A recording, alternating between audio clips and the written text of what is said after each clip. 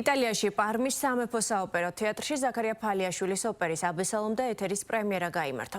ვერდის მშობლიური ქალაქის ყველაზე კრიტიკულმა პუბლიკამ ოვაციებით და აპლოდისმენტებით შეაფასა ქართული საოპერო ხელოვნების უმნიშვნელოვანესი ნაწარმოები.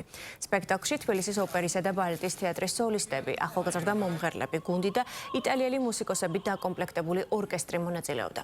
აბესალომ და ეთერის მორგი წარმოდგენა დღეს გაიმართება. საპრემიერო ჩვენება საქართველოს კულტურის მინისტრი პირველი ლედი პარმის თეატრის სამხატვრო ხელმძღვანელი და სხვა ოფიციალური პირები ესწრებოდნენ.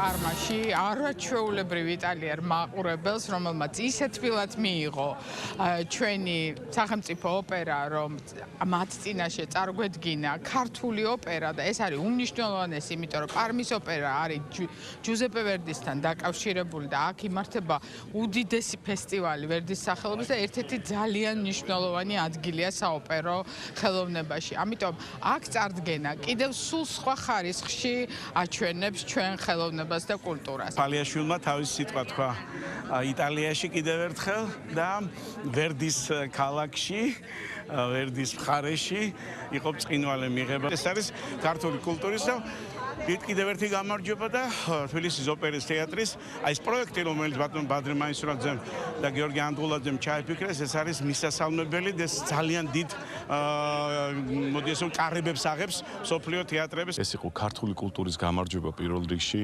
მე მეორედ ვასრულებ უკვე მურმანის როლს იტალიაში, პირველად კატანიაში შევასრულე, სადაც იტალიურ ენაზე იყო და ეხლა იყო ძალიან დიდი ბედნიერება, რომ ჩემთვის ქართული ენით, ასე ვთქვათ, მემღერა იტალიელი და უცხოელი მაყურებლის წინაშე. ეს იყო ორმაგი ბედნიერება ჩემთვის და რა თქმა უნდა ძალიან დიდი პასუხისმგებლობა.